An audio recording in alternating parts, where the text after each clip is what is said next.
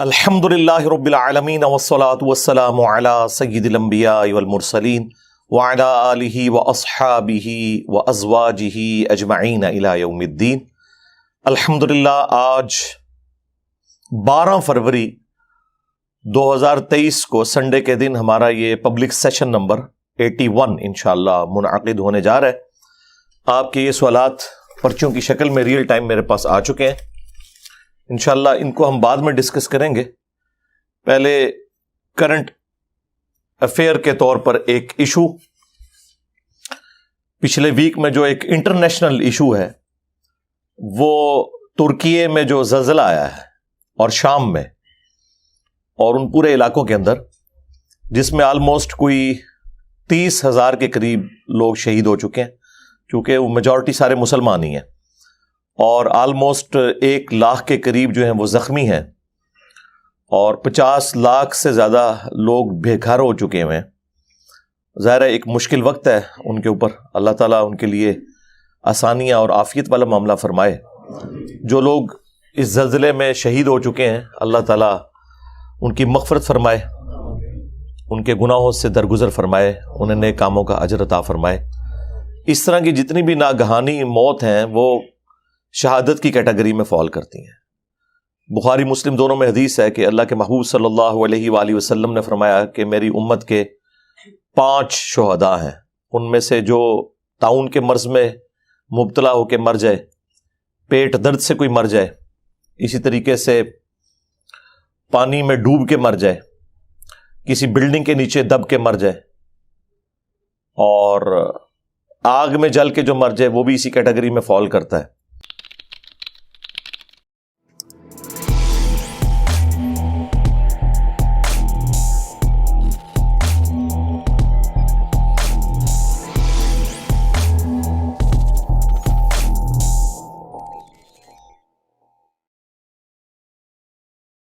جو اللہ کی راہ کا مسافر ہے وہ تو ہے ہی ہے۔ سنن نسائی میں تو یہاں تک آیا ہے کہ جو عورت ڈیلیوری کے دوران فوت ہو جائے وہ بھی اللہ کے حضور شہید لکھی جائے گی۔ یعنی جتنے بھی کیٹاسٹروفک قسم کی اموات ہے، ایک ایکسیپشن کے ساتھ کہ آپ نیکی کے کام کے لیے جا رہے ہو، یہ نہیں کہ ایک شخص برائی کے لیے جا رہا ہے اور اس کا بحری جہاز ڈوب گیا تو اسے شہید شمار کر لیا جائے گا، یعنی وہ کسی برائی کے ارادے سے نہ نکلا ہو۔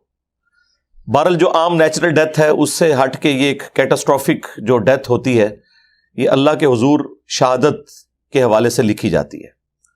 پاکستان میں بھی آپ کو پتہ ہے 8 اکتوبر 2005 کو بہت بڑا زلزلہ آیا تھا، اس میں تو اس سے بھی زیادہ تباہی ہوئی تھی، 1 لاکھ سے زیادہ لوگ شہید ہوئے تھے، اور آج تک اس زلزلے کے جو اثرات ہیں وہ لوگوں کے اوپر موجود ہیں۔ ظاہر ہے کہ لوگ تکلیف کاٹ رہے ہیں، جن کے قریبی لوگ اس میں بچھڑ گئے تھے، اور کتنے لوگ تو اس زلزلے کے بعد پھر سنبھل بھی نہیں سکے فائنینشلی بھی۔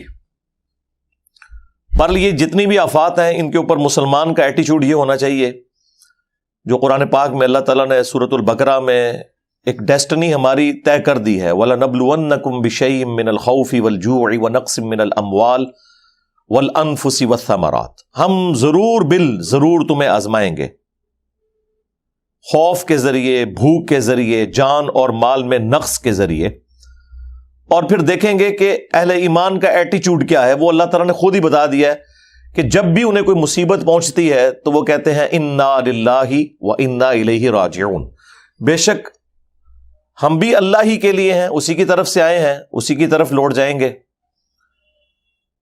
تو یہ جو اب مصیبت آئی ہے اس کا بھی اینڈ ہو جانا ہے، یعنی دنیا میں ہر چیز کو موت ہے، مصیبت کو بھی تو موت ہے نا۔ ایٹ لیسٹ مصیبت کو اس دن تو موت آ جانی ہے جس دن انسان خود مر جائے گا۔ اگر کوئی شخص کسی لا علاج مرض کے اندر مبتلا ہے، کینسر کے مرض کے اندر مبتلا ہے، یا اس کے ڈائلسس ہوتے ہیں، یا اور کوئی ایشو ہے، یہ تکلیف وہ کاٹ رہا ہے، لیکن یہ تکلیف اس دن تک ہے جس دن تک اس کی سانسیں چل رہی ہیں۔ جب وہ مر جائے گا تو تکلیف بھی اس کے ساتھ مر جائے گی۔ یہ اس کا مطلب ہے کہ ہم بھی تو اللہ ہی کی طرف سے آئے تھے، ہمیں بھی اللہ ہی کی طرف لوٹ جانا ہے، یعنی الٹیمیٹلی یہ تکلیف کا انجام وہی ہونا ہے جو ہمارا ہے۔ جب ہم دنیا سے چلے جائیں گے تو خود بخود وہ دنیا کی جو تکلیف ہے وہ ہم سے ختم ہو جائے گی، لیکن اصل مصیبت یہ ہے کہ آخرت میں کیا بنا۔ یہ نہ ہو کہ دنیا بھی برباد اور آخرت بھی برباد، کیونکہ اللہ تعالیٰ نے فرمایا یوم التغابن، آخرت کا جو دن ہے نا، یہ ہار اور جیت کے فیصلے کا دن ہے. جیتا وہ جو اس دن اللہ کے حضور کامیاب ہو گیا، ہارا وہ جو اس دن اللہ کے حضور ناکام ہو گیا. والعیاذ باللہ تعالی. اللہم احسن عاقبتنا فی الامور کلہا واجرنا من خزی الدنیا وعذاب الآخرہ. اللہم ربنا آتنا فی الدنیا حسنہ وفی الآخرۃ حسنۃ وقنا عذاب النار. آمین. تو تکلیف میں مسلمان کا ایٹیچیوڈ یہی ہونا چاہیے. اور ایک مجھے ضمناً دعا یاد آ گئی، صحیح مسلم میں ہے. ام سلمہ کہتی ہیں کہ جب میرے خاوند فوت ہوئے، ابو سلمہ بڑے نیک صحابی تھے، تو وہ کہتی ہیں میں بڑی تکلیف میں تھی، اور اس تکلیف کے عالم میں مجھے رسول اللہ صلی اللہ علیہ وآلہ وسلم کی تعلیم کردہ ایک دعا یاد آ گئی کہ اللہ کے محبوب صلی اللہ علیہ وآلہ وسلم نے فرمایا تھا کہ جو کوئی شخص مصیبت اور پریشانی میں یہ دعا مانگ لے تو اللہ تعالیٰ اسے اس غم میں بہتر نعم البدل عطا فرما دیتا ہے. دعا کے الفاظ بھی اسی طرح ہیں، انا للہ و انا الیہ راجعون. یہ تو وہی حصہ ہو گیا جو سورۃ البقرہ میں آیا. اس کے بعد اگلے الفاظ ہیں اللہم اجرنی فی مصیبتی واخلف لی خیرا منہا. یہ جھٹکے سے پڑھنا ہے، اللہم اجرنی، کیونکہ آگے حمزہ آ رہا ہے تو میم کو جھٹکے سے پڑھنا ہے. فی مصیبتی واخلف لی خیرا منہا، اے اللہ اس مصیبت میں مجھے اجر عطا فرما اور مجھے اس سے بہتر نعم البدل عطا فرما دے. ظاہر ہے اللہ تعالیٰ تو نعم البدل عطا فرما سکتا ہے. تو وہ کہتی ہیں کہ یہ دعا تو میں نے پڑھی، لیکن میں دل میں سوچتی تھی کہ میرے خامن جیسا تو کوئی رسول اللہ کے ساتھیوں میں ہے ہی نہیں ہے، مجھے اللہ تعالیٰ کس طرح کمپنسیٹ کرے گا.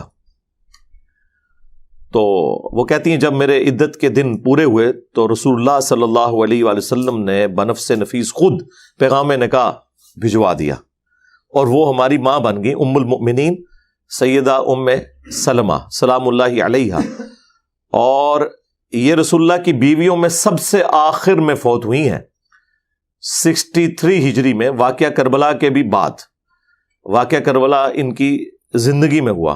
انہی کے بارے میں وہ مسند احمد میں حدیث ہے، انہوں نے کہا تھا کہ عراقیوں پہ اللہ کی لعنت ہو، انہوں نے رسول اللہ کے نواسے کے ساتھ یہ کیا، اللہ تعالیٰ انہیں ذلیل و خوار کرے. تو ام سلمہ اس وقت زندہ تھی، اور ام سلمہ ہی کا بیان ہے المعجم الکبیر طبرانی کے اندر کہ میں نے حسین ابن علی کی شہادت پہ جنوں کو نوحہ کرتے ہوئے سنا ہے خود. نوحہ سے مراد آپ یہ پاکستان انڈیا کا نوحہ نہیں، یعنی مصیبت اور پریشانی کے وقت تکلیف کے ساتھ اپنی آواز کو بلند کرنا، لیکن اس میں کوئی چیخ و پکار نہ ہو، کوئی غلوب پر مبنی الفاظ نہ ہو.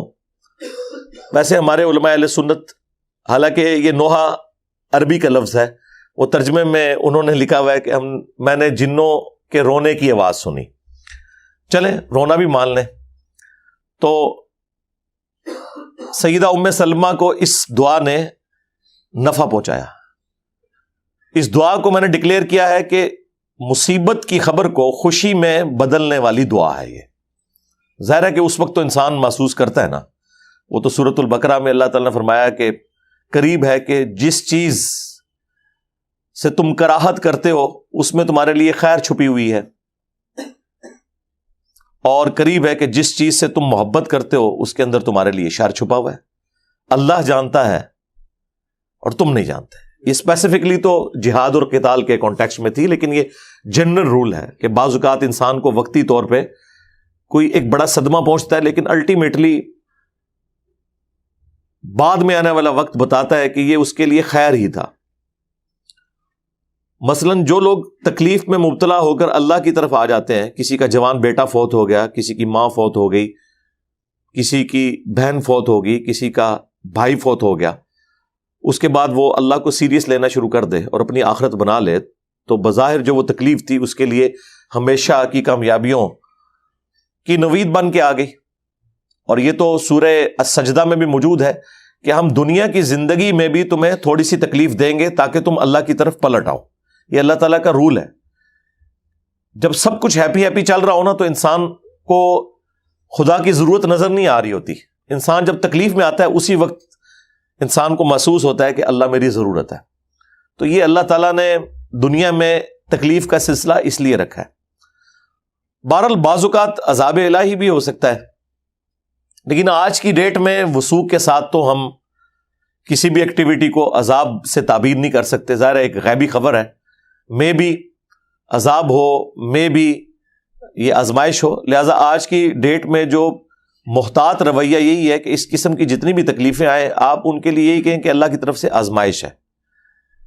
ورنہ تو انسان اپنے مخالفین کے لیے سمجھتا ہے کہ ان پہ اللہ کا عذاب آ گیا ہے اور اپنوں کے لیے سمجھتا ہے کہ یہ آزمائش ہے. میرا خیال ہے کہ یہ سب کچھ آزمائش کی کیٹیگری میں ہی فال کرنے میں عافیت ہے، اور اس سے ہمیں لیسن لرن کرنا چاہیے. اس قسم کی جو بڑی اموات ہیں وہ پوری انسانیت کے لیے ایک ڈیٹرنس ہے، ایک تنبیہ ہے کہ اس دنیا میں آپ نے ہمیشہ نہیں رہنا، سب نے مر کے اللہ کے حضور پیش ہونا ہے. یہ اصل میں اس سے ایک لیسن ہے. اکثر لوگ یہ پوچھ رہے ہوتے ہیں جی وہ چھوٹے چھوٹے بچے مر گئے جی ان کا کیا قصور تھا، کتنے جانور مر گئے جی ان کا کیا قصور تھا، زلزلے میں مر گئے، سیلاب میں مر گئے، ٹورنیڈو میں جو ہے وہ اٹھائے گئے، ان کا کیا قصور تھا. تو یہ صرف علم کی کمی کی وجہ سے، ورنہ اگر آپ کے پاس تھوڑا سا بھی اسٹیٹسٹیکل ڈیٹا موجود ہے اور آپ انالیسس کرنا جانتے ہیں تو آپ کے علم میں یہ بات ہوگی کہ روزانہ 1 گھنٹے میں 6000 لوگ نیچرل ڈیتھ مرتے ہیں. اتنے بندوں نے روزانہ مرنا ہی ہوتا ہے. 24 گھنٹوں میں 1.5 لاکھ، یعنی ہر 24 گھنٹے میں 1.5 لاکھ لوگ مرتے ہیں. 24 گھنٹے میں 1.5 لاکھ سیکنڈ نہیں ہوتے، 1 لاکھ بھی نہیں ہے سیکنڈ. یعنی ہر سیکنڈ میں آلموسٹ آپ سمجھ لیں 2 بندے مر رہے ہیں. لیکن چونکہ وہ پوری دنیا کے اندر مر رہے ہوتے ہیں وہ ڈیٹا ایک جگہ اکٹھا نہیں ہوتا. تو اگر 1.5 لاکھ بندہ روزانہ مرتا ہے تو اس میں سے آلموسٹ سمجھ لیں 30 سے 40 ہزار تو مسلمان ہوتے ہیں، کیونکہ دنیا کی جو اوور آل آبادی ہے اس کا 4 یا 5واں حصہ تو مسلمان ہے نا. تو اتنے لوگ تو ویسے ہی روزانہ مر جاتے ہیں، لیکن چونکہ اسکیٹرڈ فارم میں مرتے ہیں لہٰذا ہمیں فیل نہیں ہوتا. کبھی کبھار کوئی مسجد سے کسی کی فوتگی کا اعلان سنتے ہیں تو پتہ لگتا ہے کہ اچھا کوئی بندہ مرا، ورنہ روزانہ 1.5 لاکھ بندہ ویسے ہی مر رہا ہے.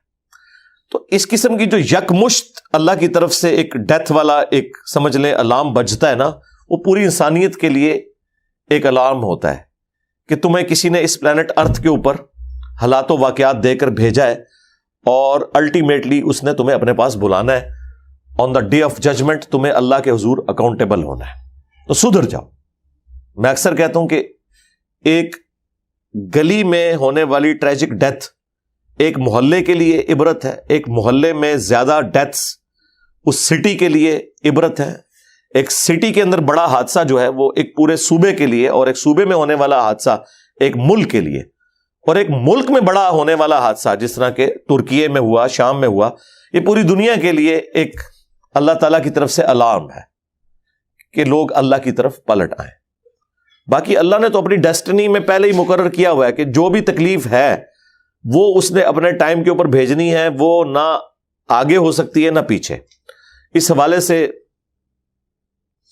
یہ جو تکلیف کا سلسلہ ڈیسٹنی اور تقدیر کے ساتھ جڑا ہوا ہے، سورۃ الحدید میں اللہ تعالیٰ نے اس ٹاپک کو بڑا کھول کر بیان کیا، اور اس انداز میں قرآن کی کسی اور سورت میں اس ٹاپک کو بیان نہیں کیا گیا. یہ سمجھ لیں اس کی ایپیکس ہے. آیت نمبر 22 اور 23، سورت نمبر 57 ہے سورۃ الحدید، اور آیت نمبر ہے 22. اعوذ باللہ من الشیطان الرجیم، بسم اللہ الرحمن الرحیم. ما اصاب من مصیبت فی الارض، کوئی بھی مصیبت نہیں کہ جو زمین میں نازل ہو. یعنی پوری زمین کے اوپر جتنے بڑے بڑے مصائب آتے ہیں، خواہ وہ زلزلے کی شکل میں ہو، سیلاب کی شکل میں ہو، ٹورنیڈوز کی شکل میں ہو، کوئی وبائی مرض پھیل جاتا ہے، اس قسم کی جتنی تکلیف پوری زمین میں آتی ہیں، ولا فی انفسکم، اور نہ کوئی مصیبت کہ جو تمہاری جان پر ٹوٹتی ہے، وہ انسان پہ تکلیف بیماری کی شکل میں بھی آ سکتی ہے، پریشانی کی شکل میں بھی آ سکتی ہے، کسی قریبی کے ڈیتھ کی شکل میں بھی آ سکتی ہے۔ الا فی کتاب من قبل ان نبرأھا، مگر یہ کہ وہ اللہ تعالیٰ نے اپنی ہارڈ ڈسک میں لوح محفوظ میں پہلے ہی لکھ لی ہے، اس سے پہلے کہ اللہ تعالیٰ اس مصیبت کو زمین والوں پر یا کسی انڈیویجول کے اوپر بھیجے۔ کیوں پہلے لکھ لی ہے؟ اس کی حکمت بتا دی۔ ان ذلک علی اللہ یسیر، پہلی بات تو یہ کلیئر کر دی کہ یہ اللہ کے اوپر بہت آسان ہے۔ ویسے تو ان امیجنیبل چیز ہے کہ دنیا میں اربوں انسان ہے، اور انسان تو ایک سپیشی ہے، اس کے علاوہ 20 لاکھ سے زیادہ سپیشیز پلانٹ ارتھ کے اوپر موجود ہیں، اور پھر ہر سپیشی کی آبادی جو ہے وہ بلینز میں ہے۔ سب پہ تکلیفیں جو آتی ہیں وہ اللہ تعالیٰ نے لوح محفوظ میں لکھی ہوئی ہیں، اور اللہ تعالیٰ ہمارا یہ ہمارے لیے آسان ہے۔ تم تو اسے امیجن نہیں کر سکتے کہ مستقبل میں ایک ہونے والے واقعے کو پہلے کیسے اللہ تعالیٰ جانتا ہے، یہ اللہ کا کامل علم ہے۔ سورۃ الانعام میں تو اللہ تعالیٰ نے یہاں تک فرمایا کہ کوئی پتا بھی کسی خشکی کی جگہ پر یا سمندر میں ٹوٹے کسی درخت سے یا زمین کی گہرائیوں میں کوئی دانہ پھوٹتا ہے، مگر یہ کہ وہ اللہ کے علم سے، اور اللہ نے پہلے ہی لوح محفوظ میں یہ لکھ لیا ہوا ہے۔ یہ اللہ کا علم اتنا کامل ہے۔ لِكَيْ لَا تَأْسَوْا عَلَى مَا فَاتَكُمْ، یہ اس لیے کہ مت کف افسوس ملو اس بات پر جو تم سے جاتی رہی، کوئی تکلیف آئی، کوئی نعمت چھن گئی تو اس پہ افسوس نہ کرو۔ وَلَا تَفْرَحُوا بِمَا آتَاكُمْ، اور نہ شیخی بگاڑو اس نعمت کے اوپر جو اللہ تعالیٰ تمہیں دیتا ہے۔ وَاللَّهُ لَا يُحِبُّ كُلَّ مُخْتَالٍ فَخُورٍ، اور اللہ تعالیٰ کو یہ جتنے شیخی بگاڑنے والے ہیں، اتراتے پھرتے ہیں، یہ پسند نہیں ہے۔ تو اللہ تعالیٰ ہمارے ہم نے پہلے ہی لوح محفوظ میں یہ لکھ لیا ہے تاکہ تمہیں اس کا غم نہ ہو، یہ تمہارا مقدر تھی۔ تقدیر کبھی ٹلتی نہیں ہے، یہ ذہن میں رکھیے گا۔ تقدیر جو اللہ تعالیٰ کی طرف سے آپ کے لیے طے ہے وہ کبھی ٹلنی نہیں ہے۔ صرف وہی تقدیر ٹلتی ہے جس کے بارے میں تقدیر میں ہی پہلے لکھا ہوا ہے کہ اس تقدیر کے اگینسٹ وہ مجھ سے دعا کرے گا اور یہ تکلیف میں اس سے ٹال دوں گا۔ ہر تکلیف نہیں ٹلتی جناب، یہ ذہن میں رکھیے گا۔ وہی تکلیف ٹلے گی جو اللہ تعالیٰ نے مقدر میں کیا ہے کہ ہاں اس کو میں ٹال دوں گا، لیکن کچھ تکلیف ایسی ہیں جو اللہ نے آپ کی نہیں ٹالنی، کیونکہ اس کے ذریعے اللہ تعالیٰ نے آپ کو آزمانا ہے۔ بخاری مسلم دونوں میں حدیث ہے کہ انسان کو جو بھی تکلیف پہنچتی ہے، دکھ، درد، اندیشہ، حتیٰ کہ اس کے پاؤں میں کانٹا بھی چبھ جائے تو اس کے اگینسٹ بھی اللہ تعالیٰ اس کے گناہوں کو معاف کر دیتا ہے۔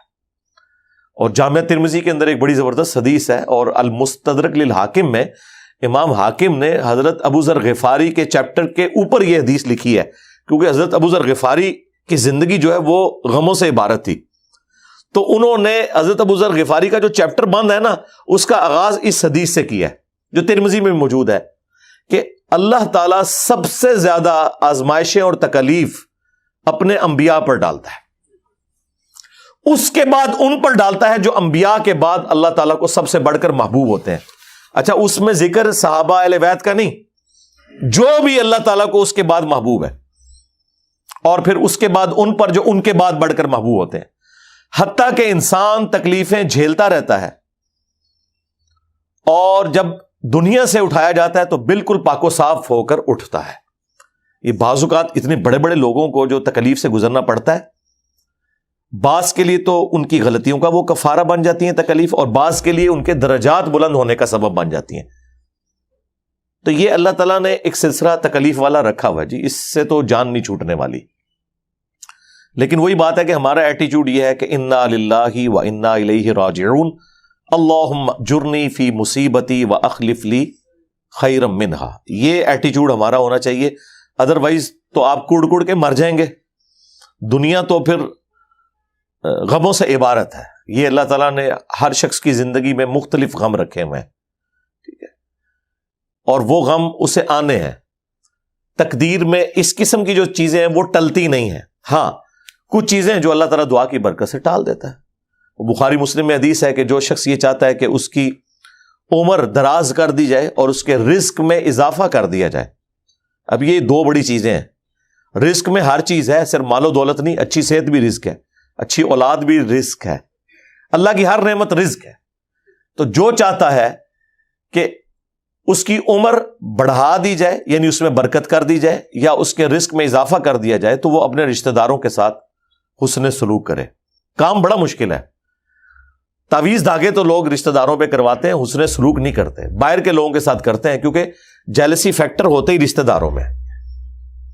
شریکہ ہوتا ہے نا, وہ کہتے ہیں نا شریکہ ہے, وہ آپ کے ساتھ وہ چیزیں شریک کر رہے ہوتے ہیں, اس کو ایک کامنلی, یعنی وہ چیز جہاں پہ کامن انٹرسٹ آ جاتا ہے وہاں پہ پھر جیلسی فیکٹر آ جاتا ہے. اسی لیے کہا گیا کہ جو رشتہ داروں کے ساتھ حسن سلوک, اور ظاہر ہے کہ رشتہ داروں کے ساتھ حسن سلوک کا مطلب یہ تو نہیں ہے کہ صرف دو میٹھے بول ہی بولنے ہیں. مراد یہ کہ آپ فائنینشلی ان کی ہیلپ کریں. اور آج کے اس پرفتن دور کے اندر تو سب سے بڑا ایشو ہی جو ہے وہ اکانومی بنا ہوا ہے. تو اس قسم کا آپ حسن سلوک کریں تو اللہ تعالیٰ آپ کے رزق میں بھی برکت اور آپ کی عمر میں بھی برکت کرے گا. تو یہ چیز اس بات کا ثبوت ہے کہ تقدیر میں ڈیسیژن چینج ہوتے ہیں. وہ حدیث تو اصول محدثین پہ ضعیف ہے کہ صدقہ جو ہے وہ تقدیر کو بدل دیتا ہے یا مصیبت کو ٹال دیتا ہے, لیکن اس کو یہ سپورٹیو یہ حدیث ہو جاتی ہے بخاری مسلم کی کہ اگر کوئی شخص چاہتا ہے کہ اس کے رزق میں برکت کر دی جائے یا اس کی عمر دراز کر دی جائے تو وہ اپنے رشتہ داروں کے ساتھ حسن سلوک کرے, تو انشاءاللہ تعالیٰ اس کے لیے اللہ تعالیٰ آسانی والا معاملہ کرے گا. باقی دعا کے حوالے سے کبھی بھی بے نیازی نہیں ہونی چاہیے. اللہ تعالیٰ ناراض ہوتا ہے جو لوگ اللہ سے دعا نہیں کرتے. قرآن میں اللہ تعالیٰ نے واضح فرمایا, قال ربکم ادعونی استجب لکم, تمہارے رب نے یہ حکم فرمایا ہے کہ اے میرے بندو مجھ سے مانگو, میں تمہاری دعا کو قبول کروں گا. ان الذین یستکبرون عن عبادتی, جو لوگ بھی میری عبادت سے تکبر کریں گے, اور عبادت یہاں پہ اللہ تعالیٰ نے دعا کو فرمایا ہے, اور نبی علیہ السلام نے یہی دعا سے ریلیٹڈ جو آیت ہے سورہ غافر کی, جسے سورۃ المؤمن کہتے ہیں, یہ آیت نمبر 60, یہ تلاوت بھی کی جو جامع ترمذی میں, سنن ابن ماجہ میں, سنن نسائی میں حدیث ہے. الدعاء هو العبادہ, دعا ہی تو عبادت ہے. پھر حضور نے یہی آیت پڑھی, ادعونی استجب لکم ان الذین یستکبرون عن عبادتی, اے میرے بندو مجھ سے مانگو میں تمہاری دعا کو قبول کروں گا. جو لوگ بھی میری اس عبادت یعنی دعا مانگنے سے تکبر کریں گے میں انہیں ذلیل و خوار کر کے جہنم میں داخل کروں گا. یعنی اللہ تعالیٰ ناراض ہوتا ہے اس سے جو اللہ سے دعا نہیں مانگتا. یہ ذہن میں رکھیے گا, دعا آپ نے مانگنی ہے چاہے اس کا رزلٹ جو بھی نکلے. اور یہ بھی یاد رکھیں دعا ہر حال میں قبول ہوتی ہے, لیکن وہ 3 موڈز میں چلی جاتی ہے. وہ جامع ترمذی میں, مسند احمد میں, مشکات میں حدیث موجود ہے کہ دعا کبھی رد نہیں جاتی. یا تو جو آپ نے مانگا ہے وہ آپ کو دے دیا جاتا ہے, یا اس دعا کے بدلے کوئی اللہ تعالیٰ آپ کی تکلیف ٹال دیتا ہے یا آپ کو کوئی اور بہتر چیز دے دیتا ہے, یا پھر وہ دعا قیامت کے دن کے لیے سنبھال کے رکھ دی جاتی ہے, اس کے اگینسٹ نیکیاں ملتی ہیں. کیونکہ دعا خود عبادت ہے نا, تو عبادت کے اگینسٹ نیکیاں تو ملیں گی. تو کبھی بھی دعا خالی نہیں جاتی. ہاں, اس لیے دعاؤں سے اپنے آپ کو بے نیاز نہیں کرنا چاہیے. اللہ تعالیٰ کی ناراضگی کا سبب ہے جو شخص دعا سے کنی کتراتا ہے. اسی لیے دیکھیں کہ ہمارے پروفٹ صلی اللہ علیہ وآلہ وسلم کی پوری مبارک زندگی سینٹرڈ اراؤنڈ گاڈ ہے. کسی موقع پر کوئی دعا نہیں چھوڑی. ٹوائلٹ میں بھی گئے ہیں نا تو بخاری میں آتا ہے اللہم انی اعوذ بک من الخبث والخبائث. ہاں, ٹوائلٹ سے باہر نکلے ہیں تو غفرانک, مسجد میں داخل ہوئے ہیں تو دعا, مسجد سے نکلے ہیں تو دعا. ہر موقع کے اوپر اللہ تعالیٰ کو یاد رکھا ہے تاکہ آپ کا ایک تعلق اللہ تعالیٰ کے ساتھ بنا رہے. تو دعاؤں سے اپنے آپ کو کبھی بے نیاز نہیں کرنا. یہ دعا ہماری ضرورت بھی ہے اور اللہ تعالیٰ کی طرف سے حکم ہے, اور ایسا حکم ہے کہ سورۃ البقرہ کی جو آیت نمبر 186 ہے, سورۃ البقرہ میں اللہ تعالیٰ نے کیا ارشاد فرمایا, وَإِذَا سَأَلَكَ عِبَادِي عَنِّي فَإِنِّي قَرِيبٌ. اور اے میرے محبوب صلی اللہ علیہ وآلہ وسلم, جب میرے بندے آپ سے میرے بارے میں پوچھتے ہیں نا تو آپ فرمائیے کہ میں تمہارے بالکل قریب ہوں. اجیب الدعوۃ الداعی اذا دعان, ہر پکارنے والے کی پکار کو سنتا ہوں جب وہ مجھے پکارتا ہے. لیکن فَلْيَسْتَجِيبُوا لِي وَلْيُؤْمِنُوا بِي لَعَلَّهُمْ يَرْشُدُونَ.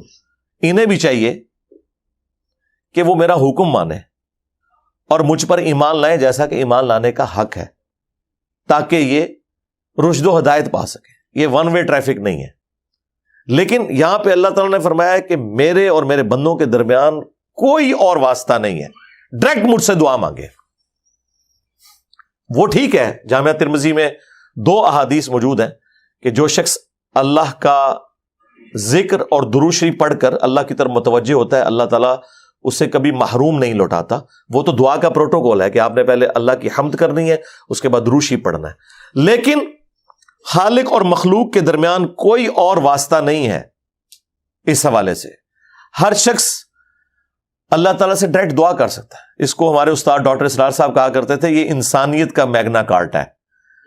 وہ گریٹ برٹن جو تھی نا امپائر, ان کے جو کنگز تھے نا, انہوں نے جو اپنا آئین تھا نا اس میں میگنا کارٹا رکھا تھا کہ ہر رعایا میں سے شخص اپنے حکمران سے جا کے سوال کر سکتا ہے.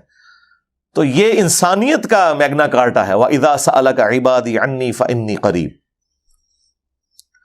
اور نہج البلاغہ میں مولا علی علیہ السلام کی ایک نصیحت ہے اپنے بیٹے حسن ابن علی کو,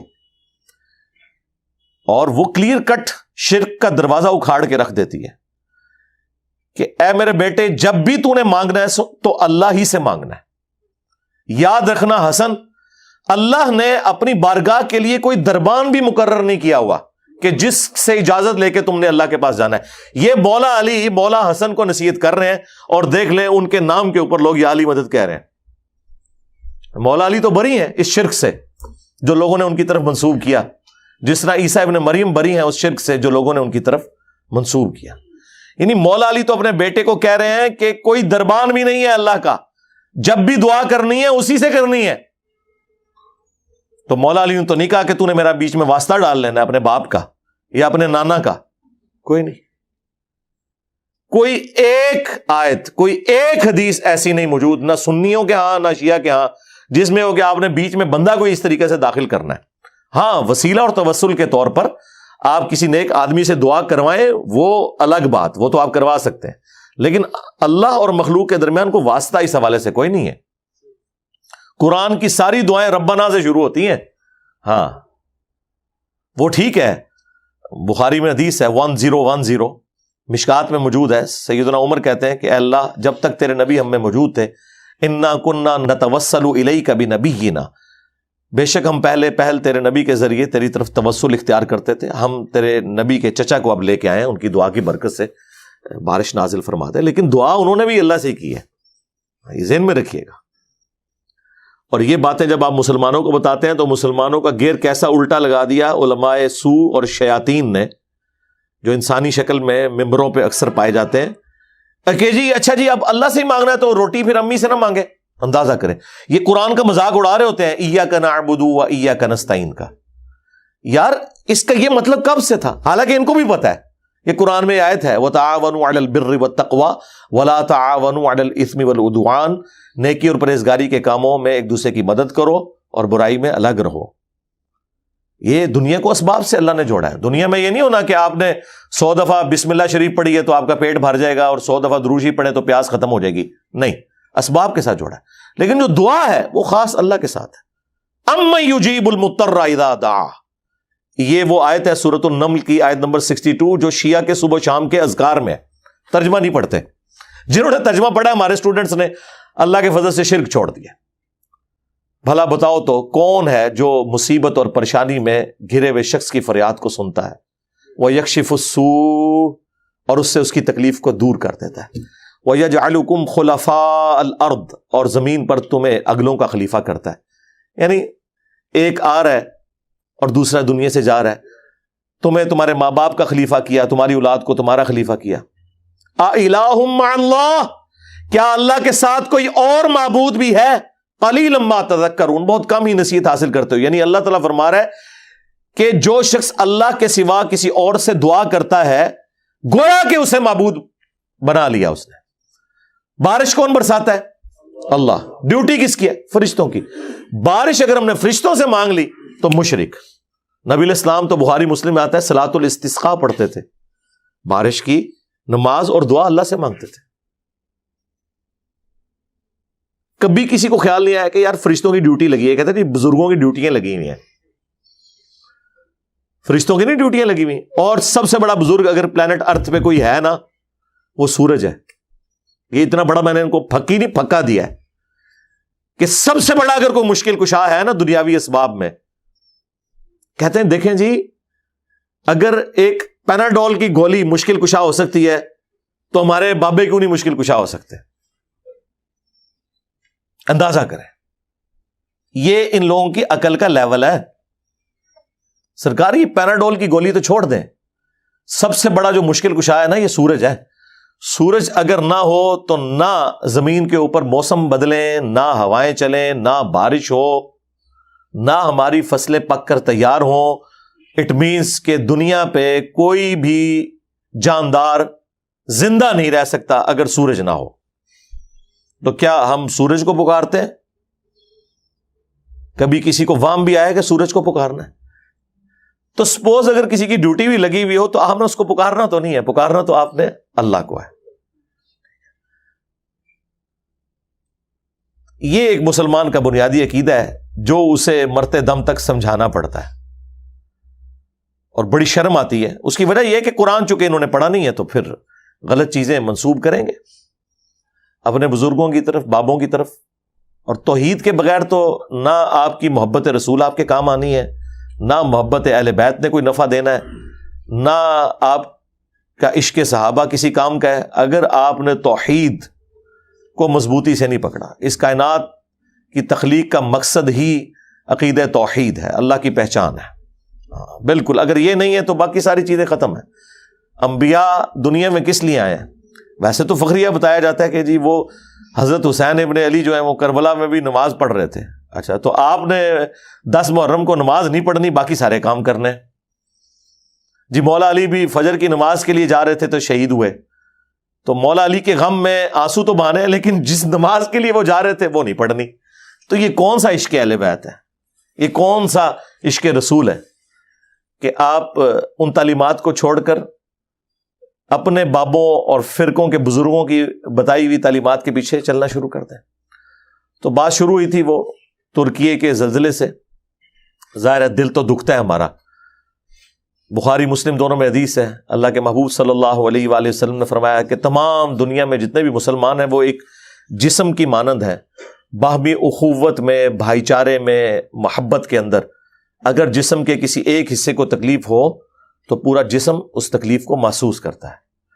اور مسلم شریف میں تو یہاں تک الفاظ ہیں کہ اگر آنکھ میں تکلیف ہوتی ہے تو پورا جسم رات کاٹ کے گزارتا ہے. یعنی ظاہر ہے کہ یہ اللہ تعالیٰ نے ایک نیچرل اس طرح کا رکھا ہے, اور یہ ہمارے ایمان کا ایک تقاضا بھی ہے نا جی, کہ ہم بخاری مسلم میں حدیث ہے کہ اللہ کے محبوب صلی اللہ علیہ وآلہ وسلم نے فرمایا کہ مؤمن وہ ہے کہ جو اپنے لیے پسند کرتا ہے وہی اپنے بھائی کے لیے پسند کرے. تو ہم کبھی بھی اپنے لیے نہیں پسند کرتے کہ ہماری فیملی اس طریقے سے روڈوں پہ آ جائے ایک تکلیف کی وجہ سے, لیکن ظاہر ہے ایک تکلیف سے وہ گزر رہے ہیں. ہمیں اپنے اینڈ پہ ان کے لیے دعا بھی کرنی چاہیے, اور جو لوگ صاحب ثروت ہیں ان کا کام ہے کہ جو NGOs ایمانداری کے ساتھ اس حوالے سے کام کر رہی ہیں, جس طرح جماعت اسلامی کی الخدمت فاؤنڈیشن پوری دنیا میں جہاں کہیں بھی مسلمانوں پہ برا وقت آتا ہے, چاہے برما کے مسلمانوں پہ, کشمیر کے مسلمانوں پہ, شام میں, عراق کے اندر, اور ابھی اس حوالے سے بھی ان کی ایڈورٹیزمنٹ چلنا شروع ہو گئی ہیں ٹی وی چینلز کے اوپر, شام اور ترکیے کے حوالے سے. تو ان لوگوں کو آپ اس حوالے سے سپورٹ کریں تاکہ آپ کا جو دیا ہوا مال ہے وہ اللہ کی راہ میں صحیح جگہ پہ لگ جائے. زکوٰۃ میں سے دیں اور ردی مال نہ بھجوائیں, زکوٰۃ میں سے نکالیں, اور اگر کسی کی زکوٰۃ ختم ہو گئی ہے تو وہ اگلے سال کی ایڈوانس بھی نکال کے دے سکتا ہے. تو جو لوگ دے سکتے ہیں وہ ضرور دیں, اس میں پیچھے نہ ہٹیں.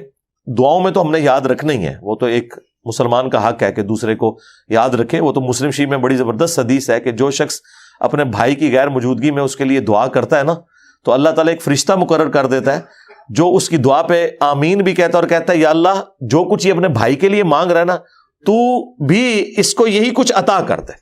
تو دعا کرنے میں ہمارے اپنے لیے بھی ایک فائدہ ہے، وہ ہمیں دعا کرنی چاہیے. اینڈ پہ میں دوبارہ سے دعا کروں گا ان تمام لوگوں کے لیے جو اس میں شہید ہوئے کہ اللہ تعالیٰ ان کی مغفرت فرمائے، اور جو اس میں زخمی ہیں جلد از جلد اللہ تعالیٰ انہیں شفا دے، اور جو لواحقین ہیں انہیں اس تکلیف پر صبر دے، اس صبر کے اوپر اجر عظیم عطا فرمائے.